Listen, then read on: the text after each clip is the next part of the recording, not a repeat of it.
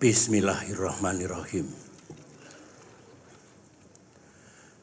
Assalamualaikum warahmatullahi wabarakatuh. Salam sejahtera untuk kita semua. Yang sama-sama kita cintai Bapak Baharudin Yusuf Habibie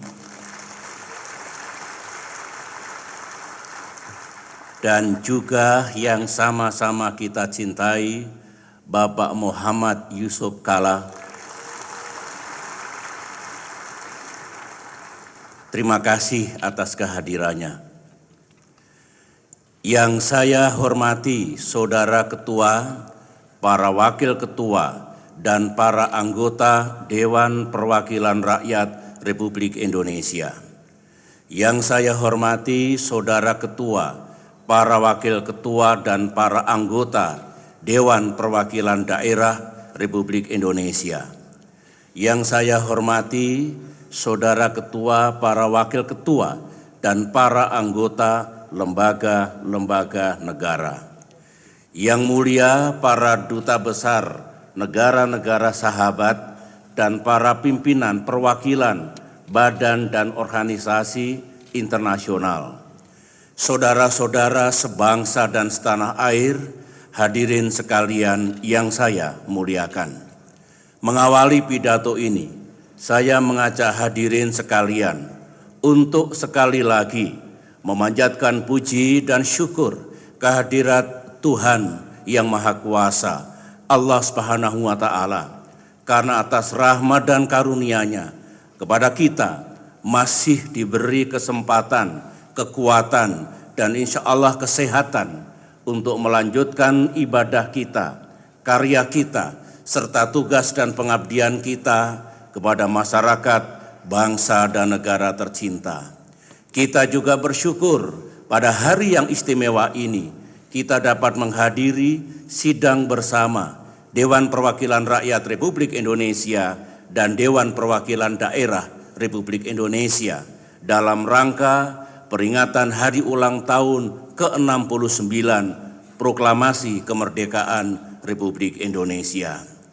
Masih dalam suasana Idul Fitri, pada kesempatan yang membahagiakan ini, saya ingin menyampaikan ucapan Selamat Idul Fitri 1 Syawal 1435 Hijriah kepada kaum muslimin dan muslimat di seluruh tanah air.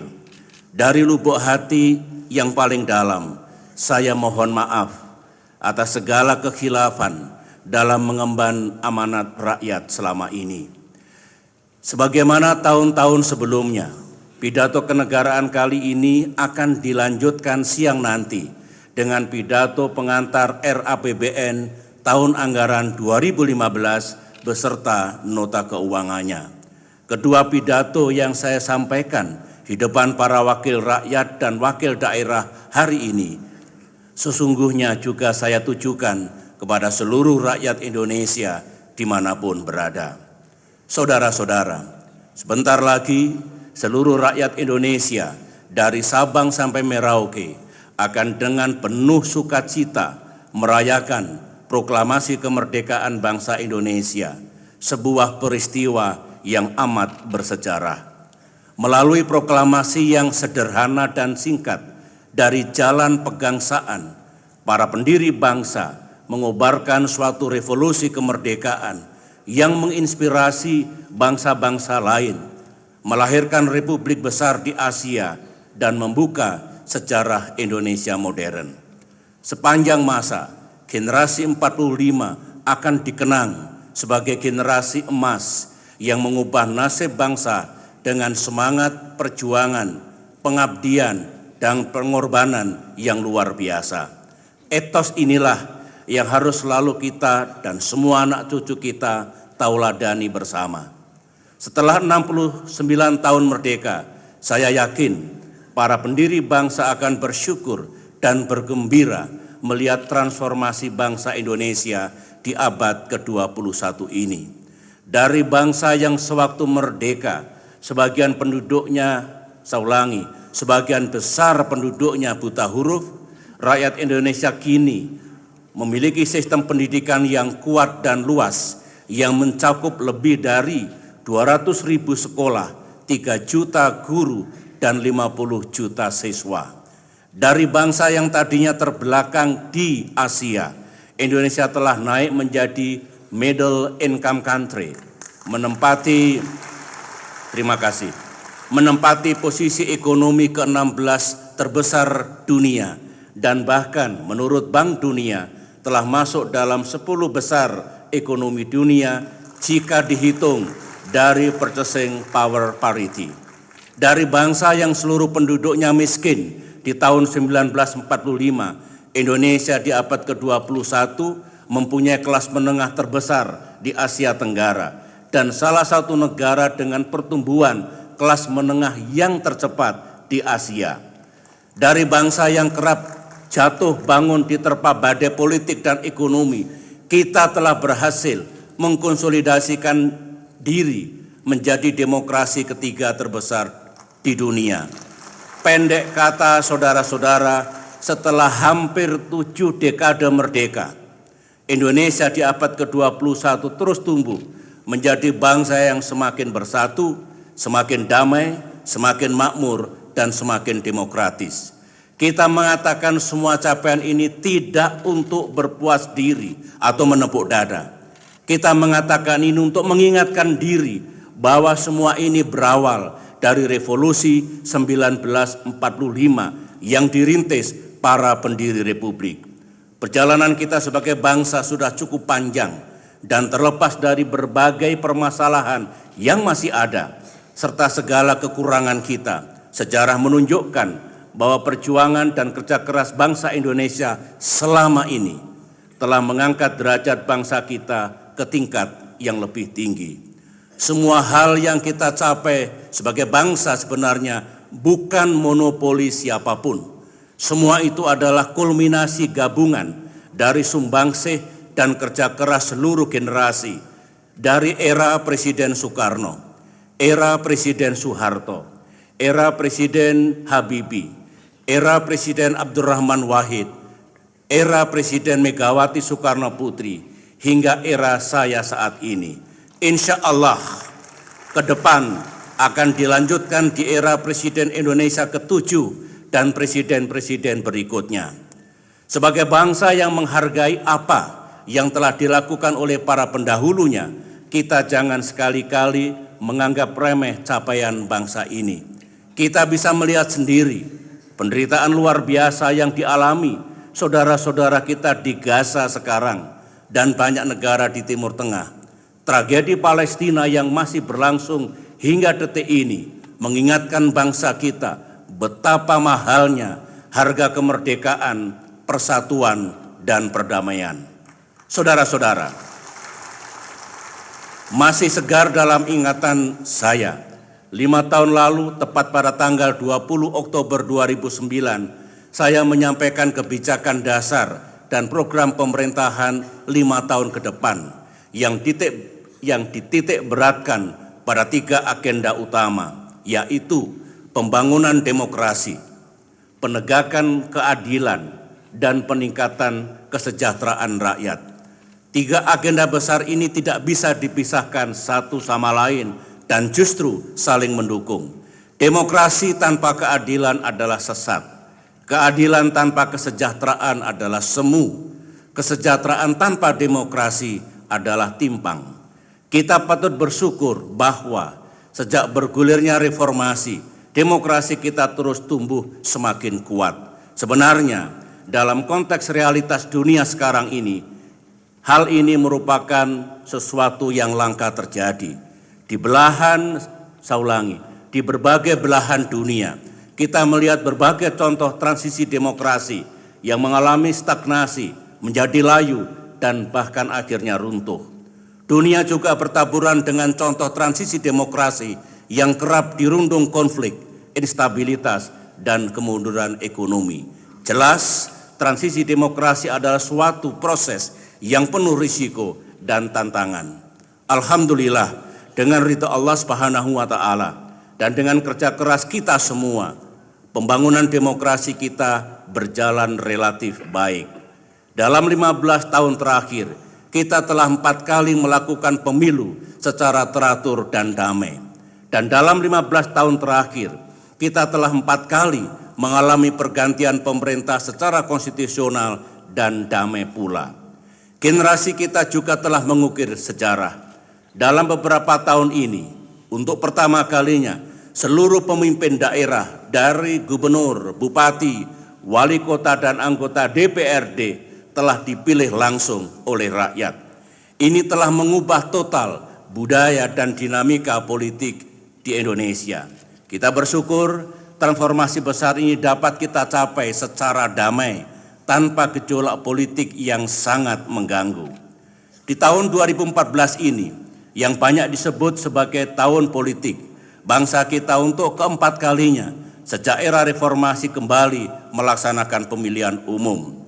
Tanggal 9 April, lebih dari 139 juta rakyat Indonesia berbondong-bondong memilih para wakil rakyat yang akan duduk di lembaga-lembaga legislatif. Pada tanggal 9 Juli, hampir 135 juta rakyat Indonesia menentukan pilihan pada 2 pasangan calon presiden dan wakil presiden, yaitu pasangan nomor urut 1, Bapak Prabowo Subianto yang berpasangan dengan Bapak Muhammad Hatta Rajasa, dan pasangan nomor urut 2, Bapak Joko Widodo yang berpasangan dengan Bapak Muhammad Yusuf Kalla. Silakan. Ada kesempatan saya ngomong.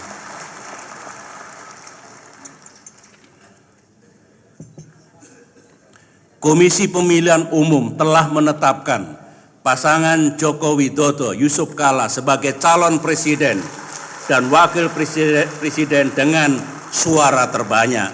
Saat ini kita masih menunggu proses akhir dari gugatan yang diajukan oleh pasangan Prabowo Hatta kepada Mahkamah Konstitusi. Yang penting saudara-saudara, marilah kita semua bekerja sama untuk terus mengawal proses ini agar berlangsung secara konstitusional dan damai, serta selalu mengedepankan kepentingan dan masa depan rakyat Indonesia. Sama seperti sebelumnya, proses pemilu 2014 ini harus benar-benar menyuarakan nurani rakyat dan bukan semata pertarungan elit politik. Saya yakin inilah yang paling diharapkan oleh rakyat kita pada saat ini. Perjalanan bangsa Indonesia kini ditandai oleh politik yang stabil, pertumbuhan ekonomi yang relatif tinggi, dan persatuan nasional yang semakin kokoh. Marilah kita terus jaga modal besar ini agar dapat terus dinikmati oleh generasi penerus. Dalam kehidupan bernegara, satu hal yang perlu terus kita pelihara adalah kualitas demokrasi. Di sini perlu dibedakan antara demokrasi prosedural dan demokrasi substantif. Sekalipun berbeda, namun keduanya sama pentingnya. Memang demokrasi prosedural dalam arti pembentukan partai politik, pelaksanaan pemilu dan pembentukan pemerintah dan parlemen tidak otomatis menjamin demokrasi yang berkualitas.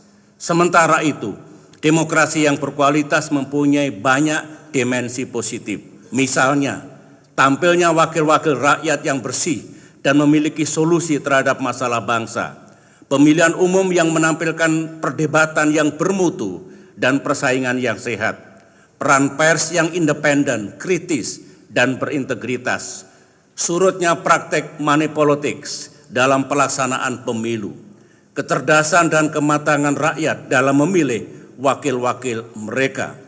Tumbuhnya demokrasi di atas kearifan lokal yang sudah ratusan tahun mewarnai pertumbuhan rakyat kita. Dan terselesaikannya segala perselisihan dalam pemilu secara damai dan konstitusional. Inilah demokrasi yang tengah kita bangun dan matangkan.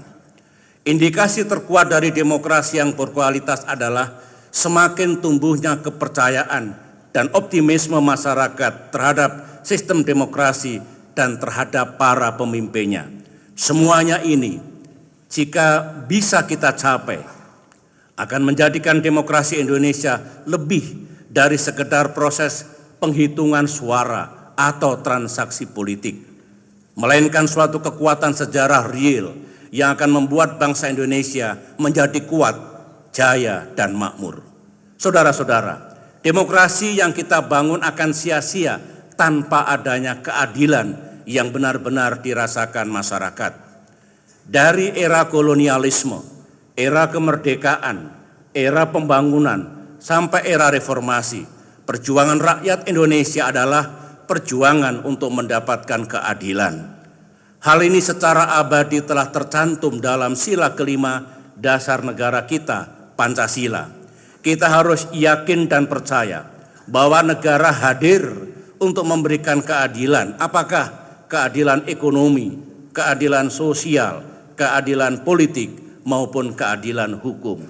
Keadilan untuk semua, justice for all, merupakan komitmen moral sekaligus sebagai agenda kerja pemerintahan yang saya pimpin sejak tahun 2009 hingga 2014 ini. Keadilan akan makin tegak dan kuat apabila supremasi hukum ditegakkan secara konsisten. Karena itulah kalau di masa lalu politik pernah menjadi panglima dan kemudian ekonomi menjadi panglima, maka dalam era reformasi hukumlah yang kita jadikan panglima. Ini berarti tidak ada satupun warga negara Indonesia yang berada di luar jangkauan hukum atau di atas hukum. Ini juga berarti tidak ada satupun kelompok masyarakat kita yang berhak main hakim sendiri atau memaksakan pendapatnya pada pihak lain. Penegakan hukum adalah kunci dari upaya pemberantasan korupsi yang menjadi musuh reformasi dan juga merugikan kepentingan rakyat. Kini korupsi telah kita perlakukan sebagai kejahatan luar biasa yang penanganannya harus dilakukan dengan cara-cara yang luar biasa pula. Berulang kali saya tegaskan, tidak ada yang kebal hukum di negeri ini. Dan tidak ada tebang pilih kepada mereka yang melakukan tindak pidana korupsi. Karena itulah sebagai Presiden, pada periode 2004 hingga 2012, saya telah menandatangani 176 izin pemeriksaan bagi kepala daerah dan pejabat yang diduga melakukan kasus korupsi dan tindak pidana lainnya, tanpa sedikit pun melihat apa jabatannya, apa partai politiknya, dan siapa koneksinya.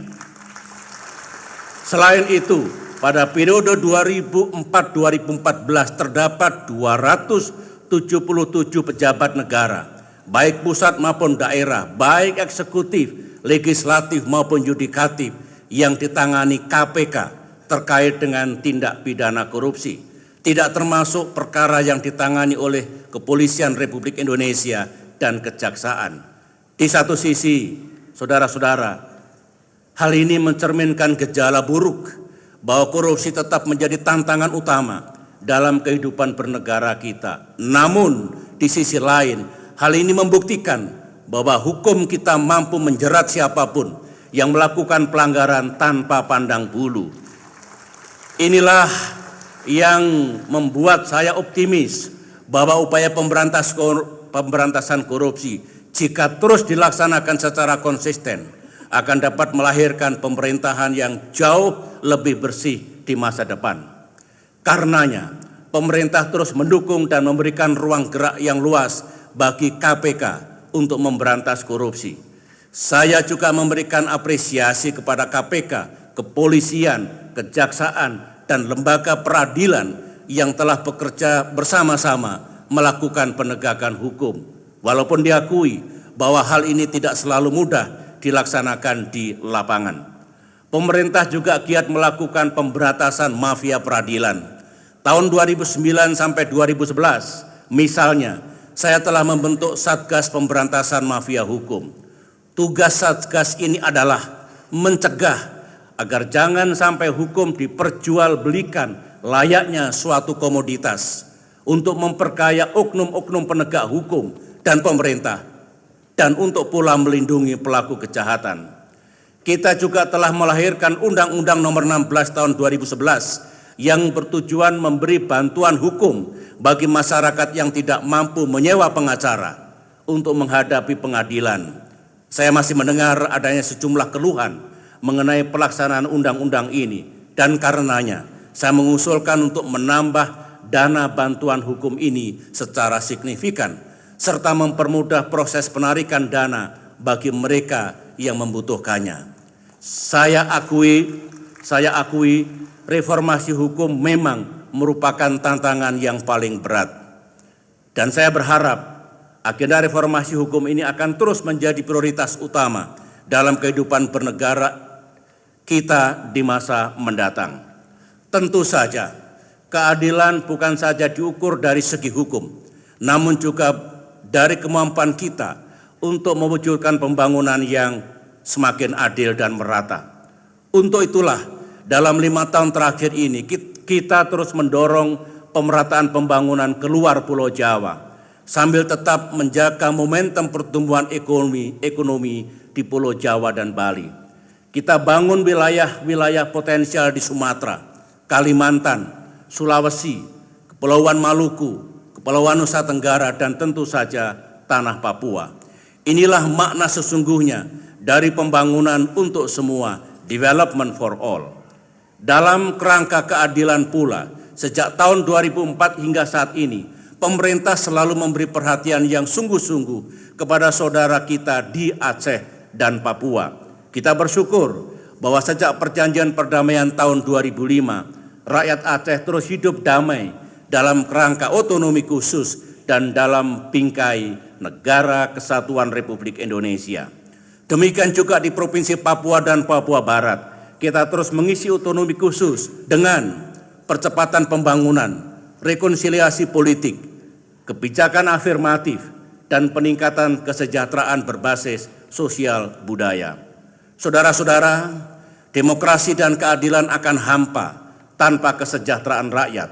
Karenanya, dalam 10 tahun terakhir, pemerintah terus gigih mendorong kebijakan pembangunan yang pro rakyat. Suatu kebijakan pembangunan yang secara bersamaan dapat mendorong pertumbuhan, mengentaskan kemiskinan, menciptakan lapangan pekerjaan, dan menjaga kelestarian lingkungan.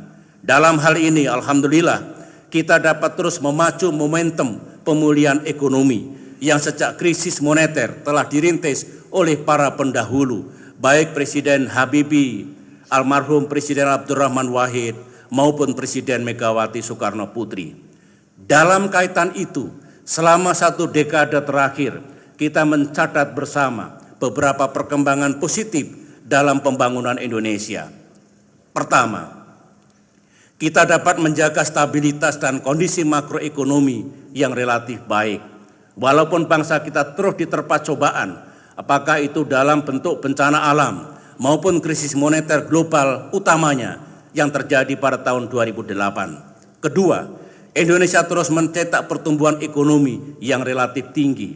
Pada periode tahun 2009-2013, secara rata-rata pertumbuhan ekonomi nasional mencapai 5,9%.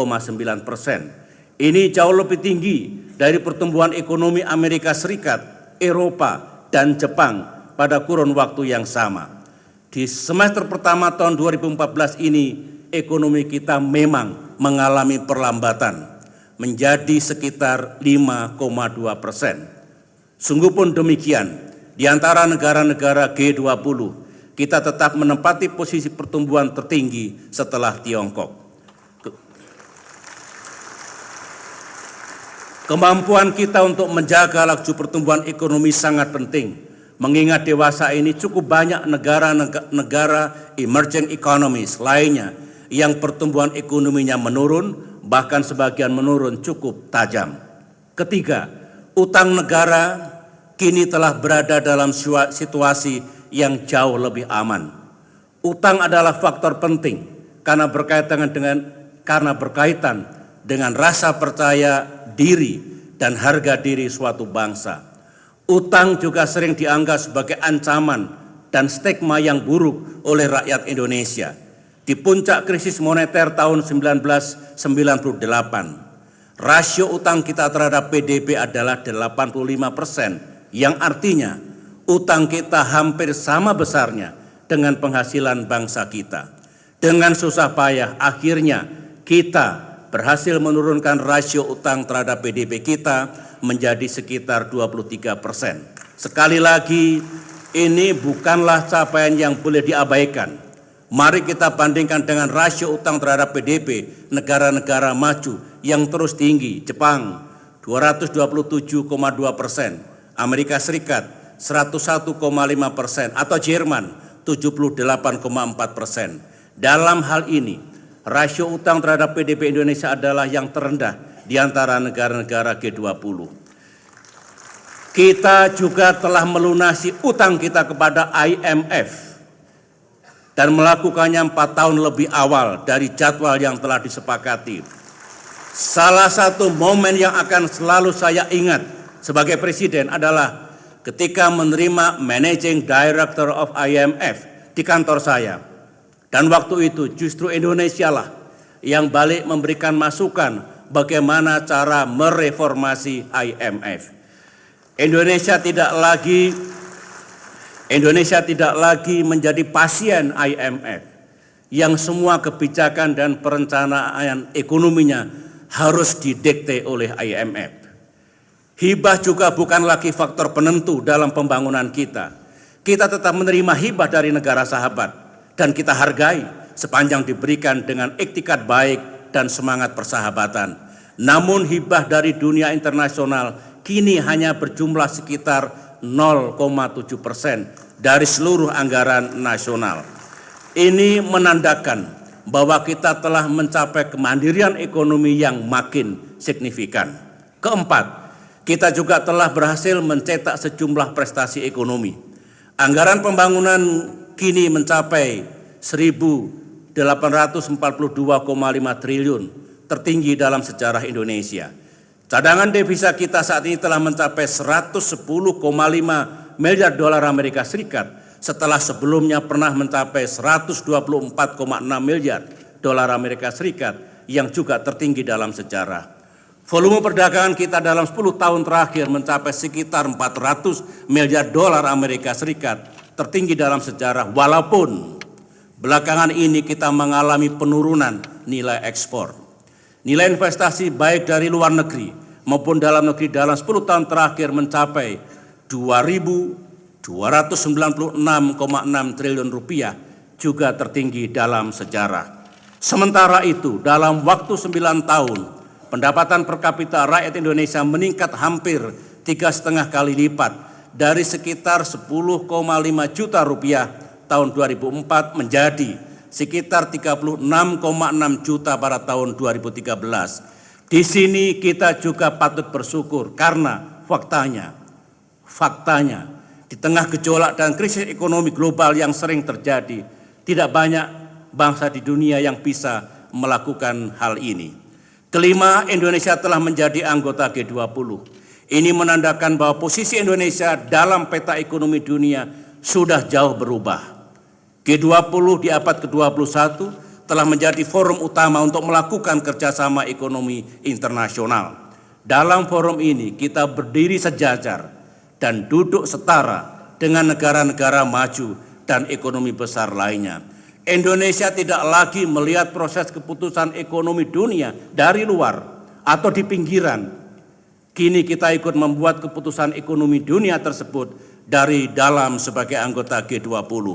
Pendek kata, Indonesia telah menjadi salah satu pemain inti dalam ekonomi internasional. Kita tidak punya alasan menjadi bangsa yang rendah diri, yang gemar menyalahkan dunia atas segala permasalahan yang terjadi. Kita harus meyakini bahwa Indonesia di abad ke-21 adalah bagian dari solusi dunia. Namun sekali lagi, kita tidak boleh berpuas diri dan takabur melihat semuanya ini. Tantangan dan permasalahan yang dihadapi bangsa kita masih banyak. Pekerjaan rumah kita tidak sedikit. Salah satu tantangan terbesar kita adalah bagaimana mengubah nasib puluhan juta rakyat Indonesia yang masih hidup di bawah atau di sekitar garis kemiskinan ke arah yang lebih sejahtera. Saudara-saudara, sejak awal saya meyakini bahwa esensi pembangunan adalah pemberdayaan. Dalam semua kegiatan sosial ekonomi yang kita usung, pertanyaan utama yang harus selalu kita jawab adalah, apakah program ini ada manfaat yang real bagi masyarakat? Karena itulah pemerintah tak henti-hentinya melaksanakan kebijakan pro rakyat secara masif, baik yang berbasis bantuan dan perlindungan sosial, pemberdayaan masyarakat maupun pemberdayaan usaha mikro dan usaha kecil. Kebijakan pro rakyat ini tidak dilakukan secara acak ataupun setengah hati, namun secara terencana, sistematis, dan total. Pelaksanaan PNPM mandiri misalnya mengalami perkembangan pesat dan saat ini setidaknya lebih dari 1/4 penduduk Indonesia, sekitar 60 juta jiwa, baik di perdesaan maupun di perkotaan telah menikmati manfaat dari program ini, serta menjalani kehidupan ekonomi yang lebih mandiri. Di ribuan lokasi program PNPM, rakyat menentukan sendiri kegiatan ekonomi yang ingin dilakukannya, menentukan anggaran yang diperlukan dari dana PNPM, dan mempertanggungjawabkannya secara akuntabel. Ini adalah contoh konkret di mana kemitraan antara pemerintah dan masyarakat benar-benar dapat secara real mengubah nasib rakyat kita. Dari perjalanan saya keliling tanah air, saya selalu mendengar harapan dari masyarakat agar program PNPM ini dapat terus dilanjutkan bahkan ditingkatkan. Pemerintah juga terus menggiatkan skema kredit usaha rakyat atau KUR, mengingat akses finansial adalah salah satu senjata paling ampuh melawan kemiskinan. Kita ingin agar program ini semakin diperluas dan mudah diakses oleh rakyat. Kita terus memperbaiki pola penyaluran KUR dan jumlah bank penyalur KUR terus ditambah dari semula 6 bank menjadi 33 bank, sehingga jangkauan kredit yang disalurkan kepada UMKM dan koperasi juga terus meningkat. Selama 7 tahun terakhir, penyaluran KUR telah mencapai lebih dari 150 triliun rupiah dan diterima oleh sekitar 11 juta debitur. Dengan tingkat kredit macet atau non-performing loans hanya sebesar 4%. Ini bukti yang nyata bahwa jika rakyat kita mendapatkan peluang dan bantuan untuk mengubah nasibnya, mereka akan berusaha keras untuk tidak menyia-nyiakan kepercayaan tersebut. Program lain untuk meningkatkan pemberdayaan masyarakat adalah program Keluarga Harapan. Program ini bertujuan untuk mengurangi kemiskinan dengan cara meningkatkan kualitas sumber daya manusia, utamanya melalui pendidikan dan kesehatan pada kelompok masyarakat sangat miskin. Lebih dari 3 juta keluarga sangat miskin di 318 kabupaten dan kota telah terbantu oleh program ini. Satu hal yang menggembirakan kita semua, di akhir masa pemerintahan Kabinet Indonesia Bersatu kedua ini, melalui dukungan penuh wakil rakyat di DPR RI dan DPD RI, telah diundangkan Undang-Undang Nomor 6 Tahun 2014 tentang Desa. Terima kasih DPR, terima kasih DPD. Berdasarkan ketentuan dalam undang-undang ini dan peraturan pelaksanaannya, dana yang akan diterima setiap desa diperkirakan rata-rata akan mencapai sekitar 1 miliar rupiah per tahun. Ini adalah suatu kebijakan nyata yang bila dilakukan dengan perencanaan yang baik dan pelaksanaan yang akuntabel akan dapat mendorong peningkatan produktivitas di 72.944 desa di seluruh Indonesia. Saudara-saudara, pemenang Nobel bidang ekonomi Profesor Amartya Sen pernah menyatakan, syarat mutlak kemajuan suatu bangsa terletak di sektor pendidikan dan kesehatan. Karena itulah sejak awal pendidikan dan kesehatan terus menempati prioritas tertinggi dalam kebijakan dan program pemerintah. Pendidikan bukan sekedar urusan mengirim anak-anak kita ke sekolah. Pendidikan adalah cara yang paling tepat untuk memberantas kemiskinan, memperluas kelas menengah, dan membangun Indonesia modern di abad ke-21. Kita bersyukur bahwa sesuai mandat konstitusi, anggaran pendidikan kita telah mencapai 20% lebih dari APBN. Namun kita juga harus mengingatkan kita semua bahwa penambahan anggaran saja tidak otomatis menjamin suksesnya pendidikan. Yang penting, akses dan kualitas pendidikan harus terus terjamin di semua tingkatan. Satu masalah besar yang selama ini kita hadapi adalah banyaknya anak-anak dari keluarga miskin yang cerdas, namun tidak mampu masuk perguruan tinggi. Untuk itu pemerintah telah meluncurkan program inovatif Bidik Misi yang memberikan uang kuliah gratis, ditambah dengan uang saku sekitar Rp600.000 per bulan. Sampai saat ini sudah lebih dari 220.000 siswa yang masuk dalam program Bidik Misi, dan umumnya mereka berhasil meraih prestasi akademis dan non-akademis yang mengagumkan. Tidak jarang di antara mereka yang lulus dengan predikat cum laude, bahkan dengan IPK sempurna 4. Saya sempat terharu mendengar cerita anak pengemudi becak bernama Raini yang ikut Bidik Misi dan berhasil lulus dari Universitas Negeri Semarang dengan IPK 3,96. Kini pemerintah melalui dana abadi pendidikan telah menyiapkan beasiswa bagi mereka untuk melanjutkan ke jenjang S2 dan S3 di dalam maupun di luar negeri. Saya yakin dalam kurun waktu 5-10 tahun mendatang akan lahir ribuan master dan doktor generasi baru dari keluarga miskin. Merekalah yang akan menjadi pemutus mata rantai kemiskinan, pengangkat harkat martabat keluarganya, serta pengibar merah putih setinggi-tingginya. Ini adalah bukti bahwa anak-anak kita, apapun latar belakangnya, mempunyai potensi yang luar biasa, asal mereka diberikan kesempatan. Jangan lupa, dan ini juga merupakan kebanggaan bagi kita semua, bahwa dalam 10 tahun terakhir, anak-anak kita yang bersaing dalam berbagai olimpiade internasional telah 217 kali meraih medali emas, 389 kali meraih medali perak, dan 494 kali medali perunggu. Siapa bilang anak Indonesia tidak bisa bersaing dan unggul di panggung dunia? Untuk meningkatkan pemerataan akses dan kualitas pendidikan, pemerintah juga melaksanakan program afirmasi. Lulusan-lulusan sekolah menengah yang tinggal di wilayah timur Indonesia seperti Papua dan Papua Barat dan daerah perbatasan mendapat kesempatan untuk menempuh pendidikan di perguruan tinggi terbaik di Indonesia. Saya dapat katakan bahwa pemandangan yang paling indah di Indonesia bukan hanya gunung yang tinggi, hutan yang lebat, dan laut yang biru. Pemandangan yang paling indah adalah anak-anak kita yang setiap pagi berjalan ke sekolah dengan seragam yang bersih dan penuh ceria. Kita semua mempunyai kewajiban agar mereka dapat belajar dalam sarana sekolah yang nyaman, bersih, dan sehat. Karena itulah kita terus membangun sekolah baru dan ruang kelas baru, serta merehabilitasi ruang kelas yang sudah rusak. Sejak tahun 2010, melalui program Gerakan Nasional Rehabilitasi Gedung Sekolah, telah diperbaiki hampir 300.000 ruang kelas di seluruh Indonesia. Satu tantangan utama lapangan kerja kita adalah sekitar 49% pekerja kita masih berpendidikan SD.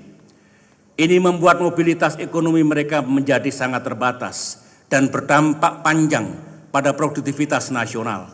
Karena itu saya gembira dapat mengakhiri masa jabatan saya dengan berjalannya program pendidikan menengah universal sejak tahun 2012. Insya Allah generasi anak-anak kita akan hidup dalam sistem pendidikan di mana paling sedikit mereka akan mengenyam bukan 6 tahun, bukan 9 tahun, namun 12 tahun pendidikan. Bahkan kita dorong terus agar mereka bisa menikmati sampai perguruan tinggi.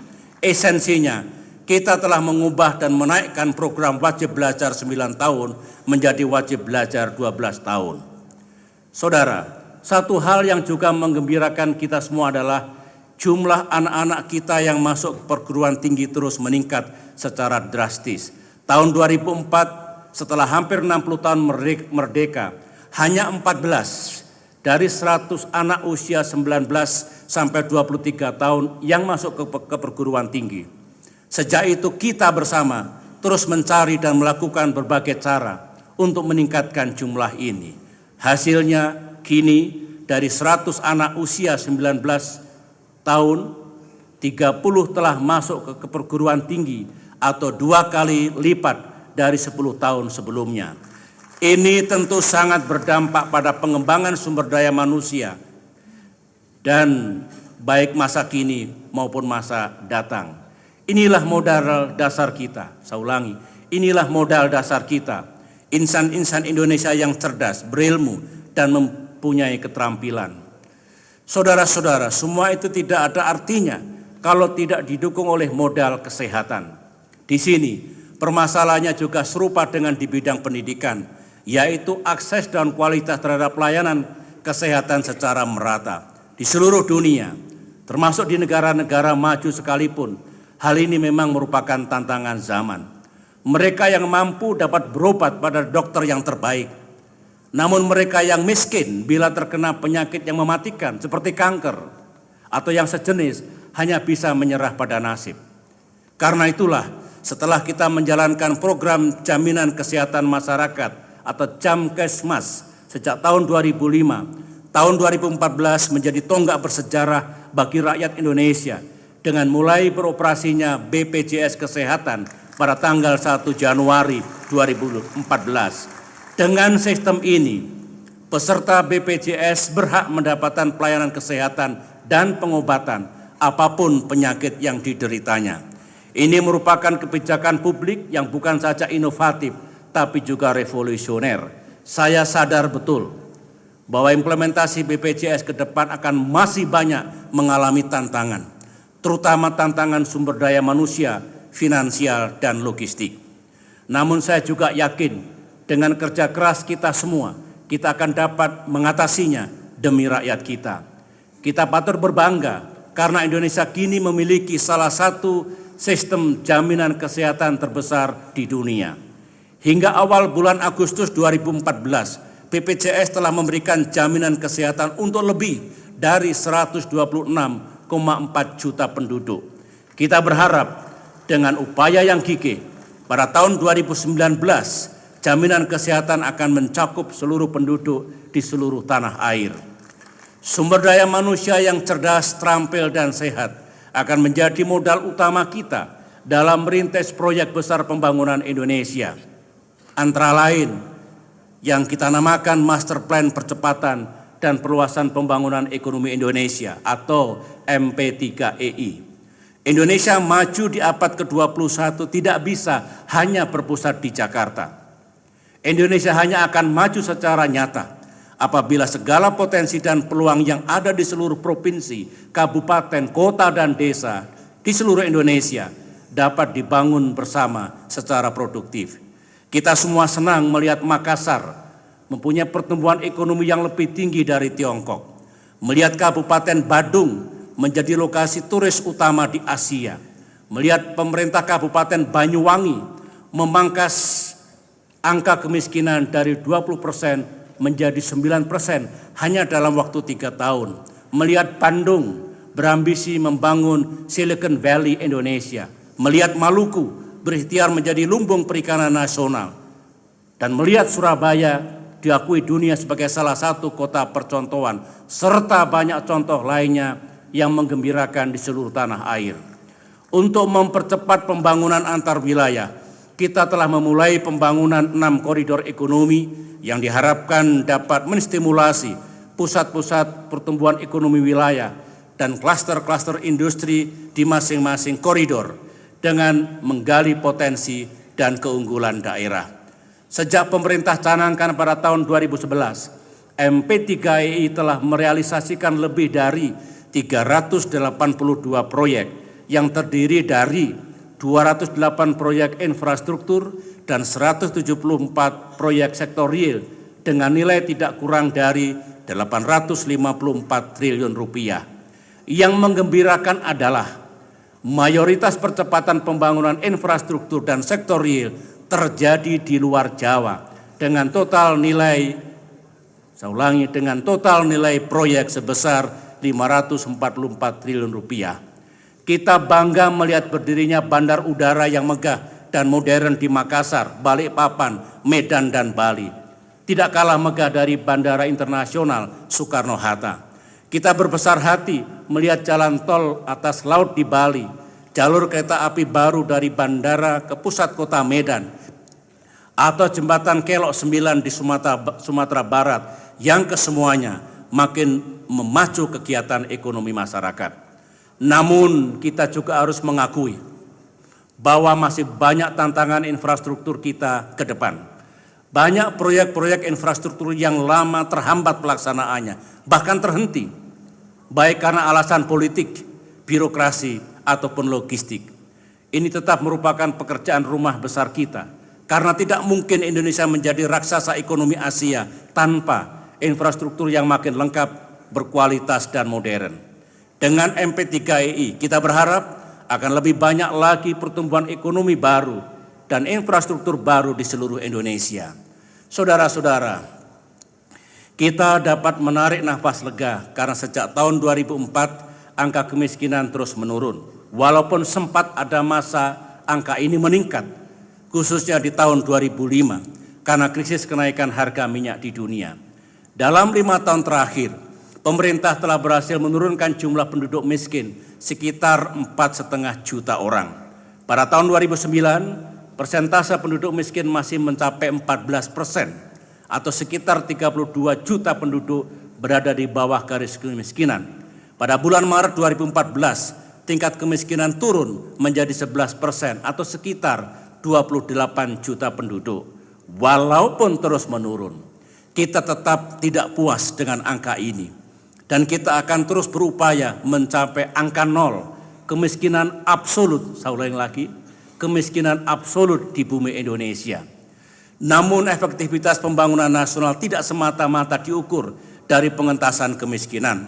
Ukuran lain yang juga penting adalah pertumbuhan kelas menengah.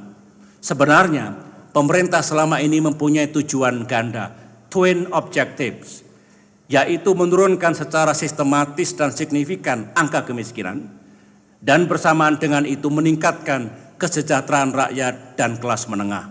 Di abad ke-21, saya yakin-yakinnya bahwa kemajuan Indonesia bukan diukur dari jumlah konglomerat, namun diukur dari jumlah kelas menengah. Kalau jumlah kelas menengah terus membesar, berarti kemiskinan otomatis menurun, karena yang masuk menjadi kelas menengah adalah dari golongan miskin yang berhasil mengubah nasibnya, buruh tani yang menjadi pemilik lahan, karyawan yang menjadi manajemen, si miskin yang menjadi pengusaha, dosen, atau pejabat. Karena itulah kebijakan pembangunan kita harus terus mendorong pertumbuhan kelas menengah. Ini kita lakukan dengan menjamin kemudahan berbisnis, dengan menganak emaskan usaha mikro, kecil, dan menengah kita, dengan membangun infrastruktur serta fasilitas pendidikan dan kesehatan yang memadai, dan upaya lainnya. Indonesia kini mempunyai kelas menengah yang terbesar di Asia Tenggara. Menurut satu sumber, jumlah kelas menengah di Indonesia bertambah sekitar 8 juta orang per tahun. Kita harus terus menjaga momentum positif ini, karena secara global, revolusi besar yang akan kita saksikan di abad ke-21 adalah revolusi transformatif dan kreatif yang akan dimotori oleh kelas menengah. Dengan segala capaian dan kekurangan kita, pertemuan World Economic Forum di Filipina tahun ini secara terbuka menyatakan bahwa Indonesia beruntung, kita bersyukur pada Allah, dapat mengalami golden decade, dekade emas selama 10 tahun ini. Ini bukan basa-basi, ini adalah penilaian objektif dari suatu badan internasional yang independen dan prestisius. Dalam dunia serba labil yang penuh dengan gejolak, Indonesia bersyukur dapat menikmati stabilitas politik, perdamaian, pertumbuhan ekonomi, dan kerukunan sosial. Hal ini telah dicatat dan diapresiasi oleh masyarakat dunia, sehingga meningkatkan modal politik Indonesia dalam percaturan internasional. Hadirin sekalian yang saya hormati, segala upaya kita untuk menjaga persatuan dan kemakmuran Indonesia akan sangat terbantu apabila situasi internasional juga kondusif terhadap kepentingan kita. Indonesia telah dan akan terus berpegang teguh pada prinsip politik luar negeri bebas aktif, seraya terus memperjuangkan terwujudnya keadilan dan perdamaian dunia. Alhamdulillah, sejak era reformasi, Reposisi Indonesia di dunia internasional terus berlangsung. Indonesia telah menjadi kekuatan regional dan sekaligus pemain global yang disegani. Di abad ke-21, Indonesia terus membuka dan memperluas ruang gerak diplomasi dengan siapapun sepanjang mendukung kepentingan nasional kita. Apa yang dinamakan politik luar negeri ke segala arah, all direction foreign policy, dan sejuta kawan tanpa satupun lawan, a million friends and zero enemy. Dalam kaitan ini Indonesia telah membangun kemitraan strategis dengan seluruh negara-negara besar dan sebagian besar emerging powers dunia. Kita juga terus mengupayakan keseimbangan yang dinamis, dynamic equilibrium di kawasan kita, sehingga pergeseran geopolitik yang kini sedang terjadi tidak mengakibatkan ketegangan ataupun konflik baru. Yang jelas, situasi internasional yang kita hadapi semakin syarat dengan tantangan. Kita prihatin bahwa hubungan antar negara-negara besar yang beberapa tahun belakangan ini berada dalam kondisi stabil dan kooperatif kini mulai mengarah pada ketegangan baru. Konflik Ukraina berpotensi mengakibatkan ketegangan strategis yang berkelanjutan di Eropa dan bahkan telah ikut merenggut ratusan korban tidak berdosa, termasuk 14 korban warga negara Indonesia dalam insiden jatuhnya pesawat MH17. Situasi keamanan dan politik di Timur Tengah semakin tidak menentu arahnya. Tragedi kemanusiaan di Gaza, Palestina masih berlangsung.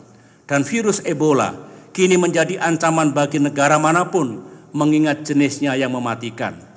Bangsa Indonesia harus cerdas mengantisipasi dan menyikapi berbagai perkembangan internasional dewasa ini dengan tetap berpegang teguh pada kepentingan nasional. Di lingkungan terdekat di Asia Tenggara, Indonesia senantiasa berkontribusi pada penguatan ASEAN bagi terciptanya suatu kawasan yang damai dan sejahtera. Selama 5 tahun terakhir ini, termasuk saat menjadi ketua ASEAN sepanjang tahun 2014, Indonesia terus mendorong sentralitas ASEAN dalam percaturan kawasan dan peningkatan peran ASEAN dalam menghadapi permasalahan global. Indonesia terus berkomitmen untuk memastikan kesiapan diri kita menuju pembentukan komunitas ASEAN 2015 di ketiga pilar, baik dalam pilar politik dan keamanan, pilar ekonomi maupun pilar sosial budaya. Mengingat semakin dekatnya pembentukan komunitas ASEAN 2015, yaitu 31 Desember 2015, kita harus semakin giat mensosialisasikannya kepada seluruh rakyat Indonesia, apakah pengusaha, buruh, pemerintah daerah, mahasiswa, masyarakat madani, ataupun seniman, agar mereka dapat memahami segala peluang dan tantangan yang ada dan dapat meraih sebanyak mungkin manfaat dari komunitas bersama 600 juta jiwa ini. Dalam 10 tahun terakhir, saya terus melaksanakan diplomasi bebas aktif Indonesia agar selalu berorientasi pada peluang, selalu memberikan nilai tambah bagi kepentingan nasional, dan selalu berikhtiar untuk selalu menjadi bagian dari solusi atas berbagai permasalahan dunia.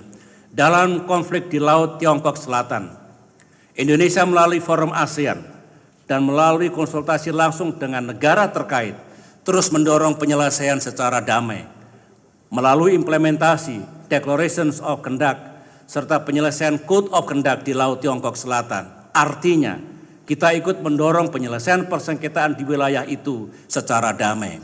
Di Pasifik Barat Daya, kita telah meningkatkan hubungan persahabatan dengan negara-negara pulau di Pasifik dengan kerangka kebijakan Look East Diplomacy. Saya senang melihat hubungan Indonesia dengan negara-negara yang tergabung dalam Melanesian Spearhead Groups, Pacific Island Forum, serta Pacific Island Development Forum yang mengalami peningkatan yang signifikan.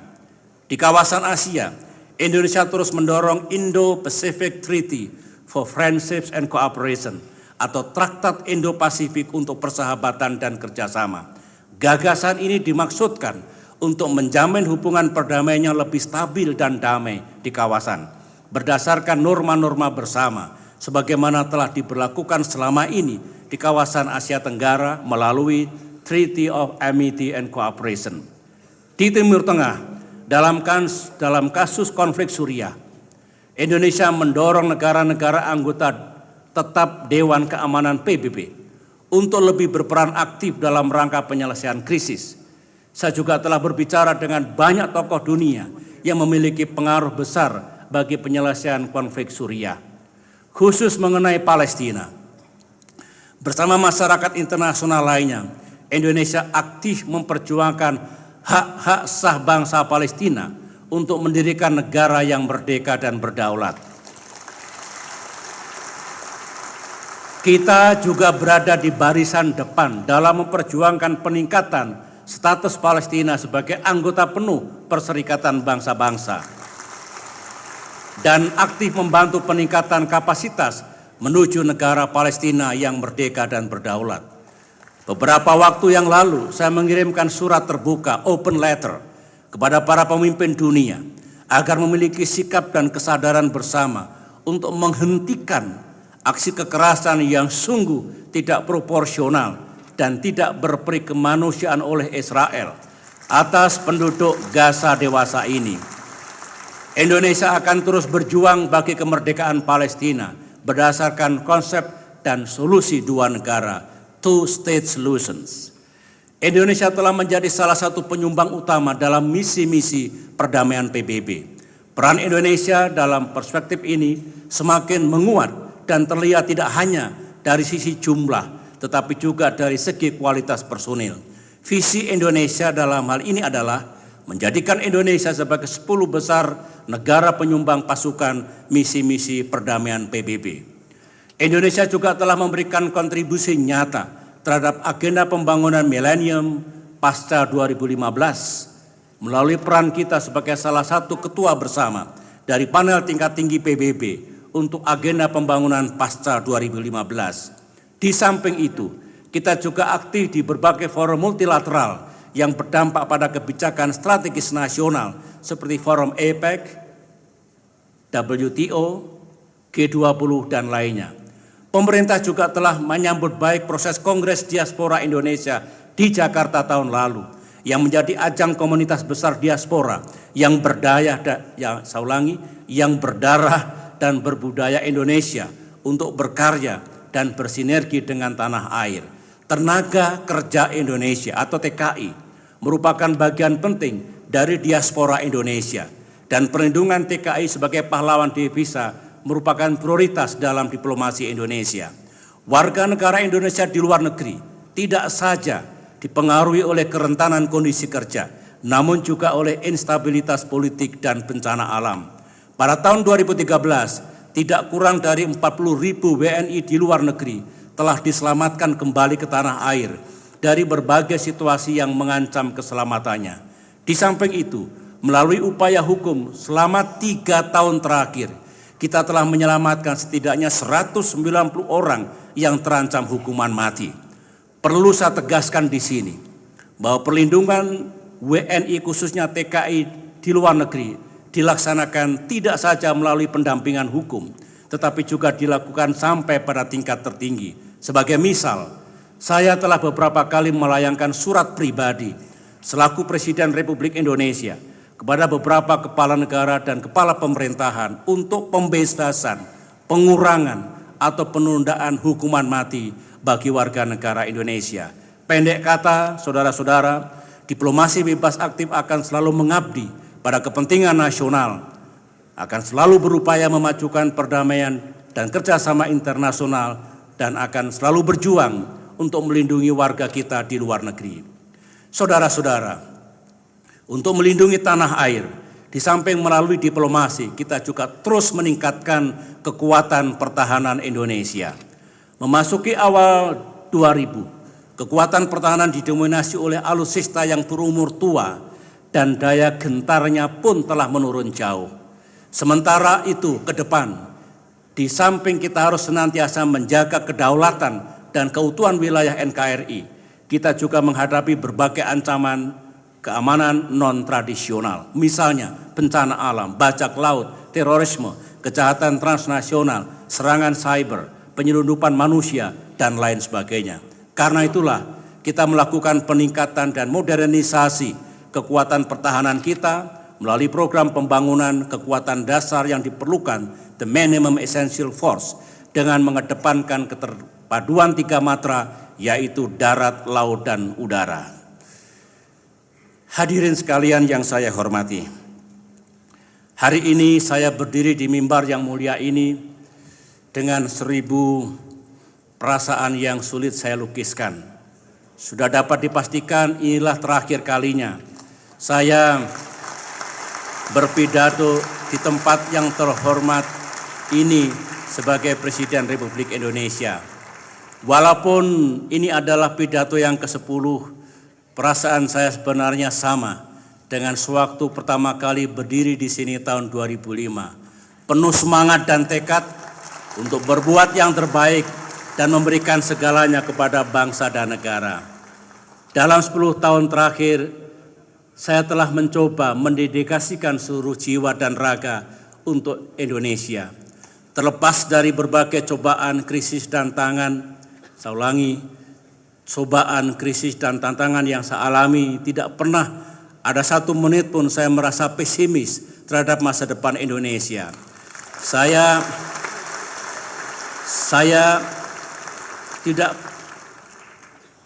ulangi.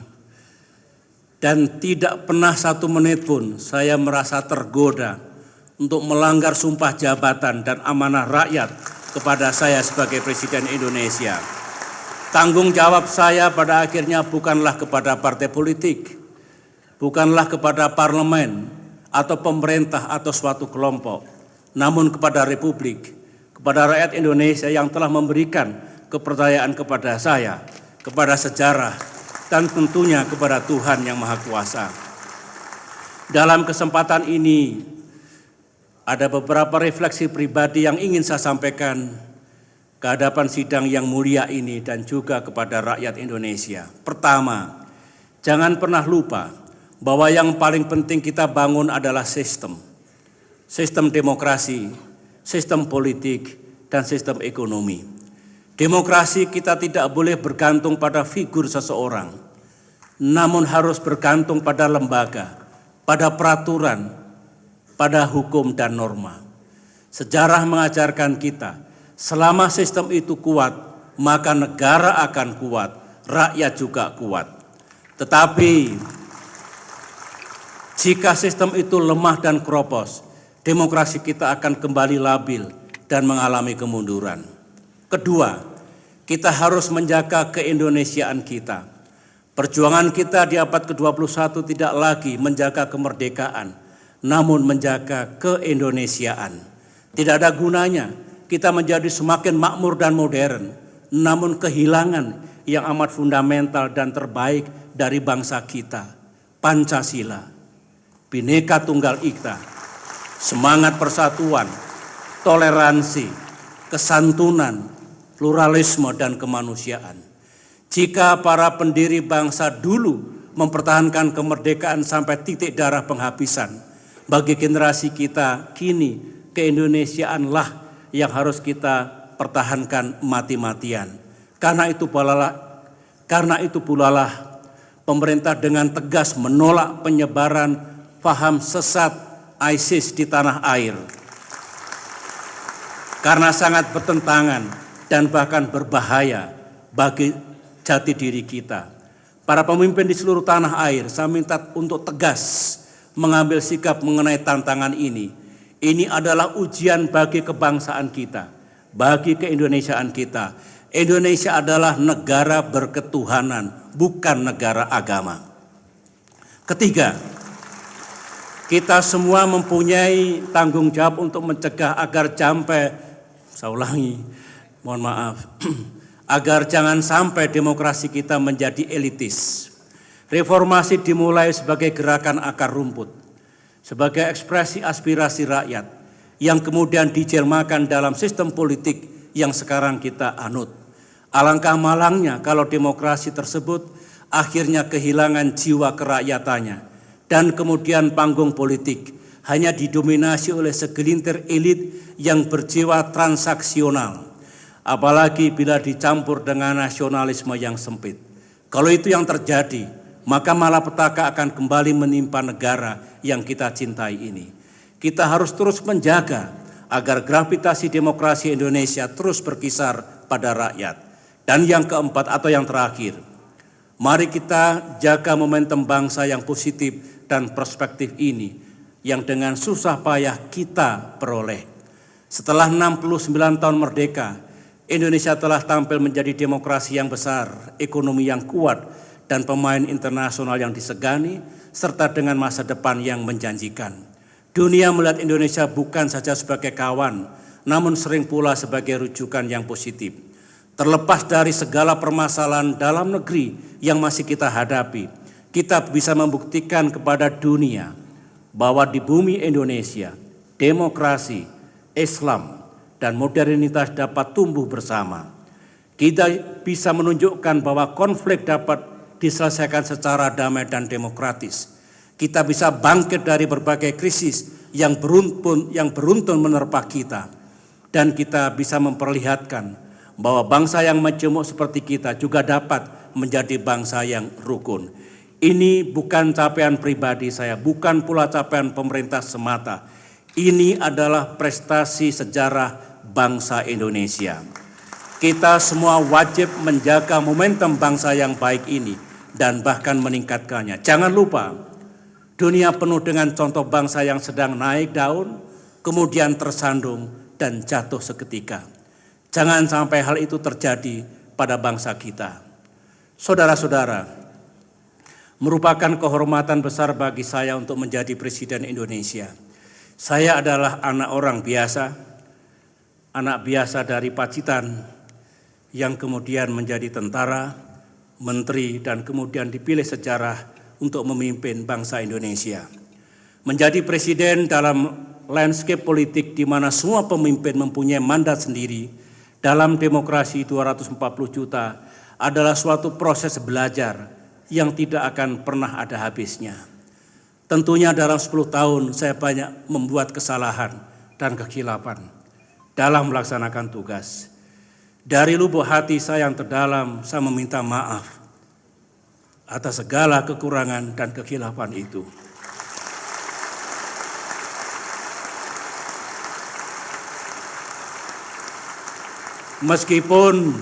Meskipun saya ingin selalu berbuat yang terbaik, tetaplah saya manusia biasa. Di mimbar yang mulia ini, saya, Susilo Bambang Yudhoyono, juga berjanji untuk membantu siapapun yang akan menjadi Presiden Republik Indonesia tahun 2014-2019 jika hal itu dikehendaki. Ini adalah kewajiban moral saya sebagai mantan presiden nantinya dan sebagai warga negara yang ingin terus berbakti kepada negaranya. Melalui mimbar ini pula saya mengucapkan selamat kepada presiden terpilih yang nanti akan disahkan oleh Mahkamah Konstitusi. Tahun depan, presiden kita yang baru akan memberikan pidato kenegaraannya di mimbar ini. Saya mengajak segenap bangsa Indonesia, marilah kita bersama-sama mendengarkannya dan mendukung beliau untuk kebaikan dan kemajuan negeri ini. Saya juga mempunyai mimpi dan harapan yang indah, yaitu terbangunnya budaya politik yang luhur, di mana para pemimpin Indonesia saling bahu-membahu, saling membantu, dan saling mengingatkan demi masa depan Indonesia. Saya yakin itulah yang didambakan oleh rakyat Indonesia, dan itulah yang harus kita berikan dengan ikhlas kepada mereka. Saudara Ketua, para Wakil Ketua, dan para anggota DPR RI dan DPD RI yang saya hormati, hadirin sekalian yang saya muliakan. Akhirnya, saya atas nama pribadi dan keluarga menyampaikan ucapan terima kasih dan penghargaan yang tulus kepada jajaran pemerintah dan seluruh rakyat Indonesia atas dukungan dan partisipasi saudara-saudara dalam mewujudkan agenda-agenda pembangunan dalam 10 tahun terakhir ini. Secara khusus kepada saudara-saudara yang mengabdi di daerah-daerah terpencil, pulau-pulau terdepan, pegunungan, dan perbatasan negara. Terima kasih atas pengabdian saudara-saudara yang melampaui panggilan tugas. Semoga Tuhan yang Maha Kuasa, Allah Subhanahu wa Ta'ala, melimpahkan rahmat, karunia, dan ridho-Nya kepada kita semua dalam membangun bangsa dan negara kita menjadi bangsa yang besar, maju, adil, sejahtera, dan bermartabat. Dirgahayu Republik Indonesia. Terima kasih. Wassalamualaikum warahmatullahi wabarakatuh.